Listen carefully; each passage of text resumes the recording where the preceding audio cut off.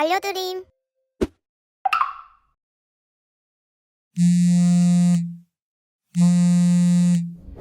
코로나19로 많은 국민들이 힘들어하는 상황에서 보이스피싱 범죄까지 여전히 기승을 부리고 있습니다. 지난해 전국적으로 하루 평균 피해액은 19억 원에 달하는데요. 심지어 보이스피싱 피해자 2명 중 1명은 돈을 돌려받지 못하고 있다고 합니다.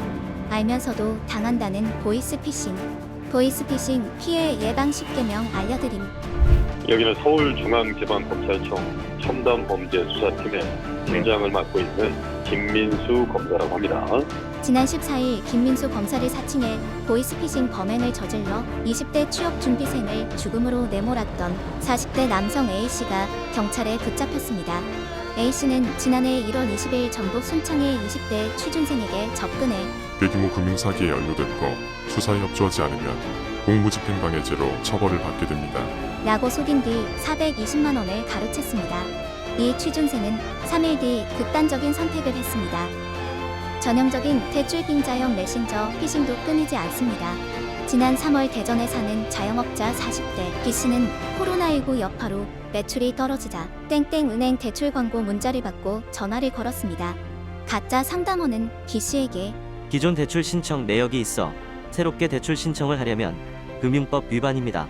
채권 추심 직원을 보낼 테니 이미 대출받았던 대출금을 전달하면 그 금액을 갚고 저금리로 새로 대출을 해드리겠습니다. 라고 설명했습니다. B씨는 채권 추심 직원이라며 자신을 찾아온 남성에게 세 차례에 걸쳐 2,900만 원을 전달했으나 땡땡은행 대출은 물론 채권 추심 직원 모두 가짜였습니다. 특히 최근에는 과감하게도 일단 만나자며 피해자를 직접 만나 돈을 가로채는 방법도 등장했습니다. 이 또한 금융기관을 사칭해 저금리 대출을 미끼로 기존 대출금 상환을 요구하거나 검찰, 경찰, 금융감독원을 사칭해 대포통장 개설이나 계좌, 자금 세탁이용 등을 핑계로 계좌에 있는 돈을 요구하는 수법입니다. 지난달 1일 오후 4시 30분쯤 울산 울주군의 한 초등학교 앞 울주경찰서 수사과 소속 박현석 경사는 50대 남성 C씨가 40대 남성 D씨에게 묵직한 종이봉투를 건네는 모습을 목격하고 불신 검문을 했습니다.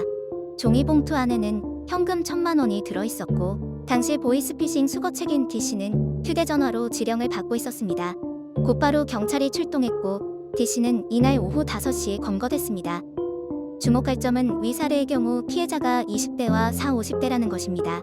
보이스피싱 발생 초기에는 금융정보와 온라인과 스마트 기기 이용에 취약한 노년층이 주로 피해를 입었다면 최근엔 경제활동이 가장 왕성하고 사회적 이슈에도 밝은 젊은 층도 예외가 아니라는 점입니다.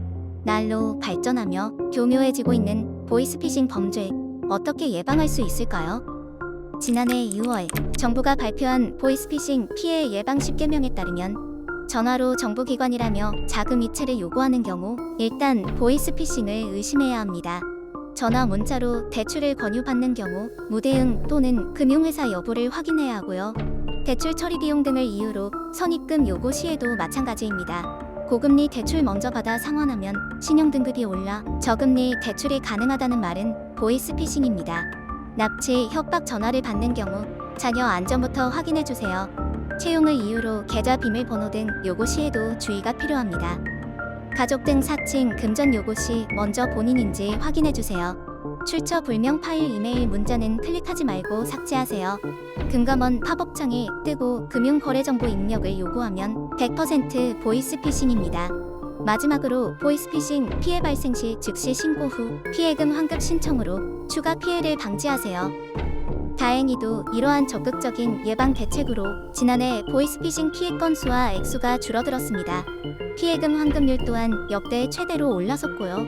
이렇게 우리는 간단한 원칙을 지키는 것만으로도 많은 보이스피싱을 예방할 수 있습니다.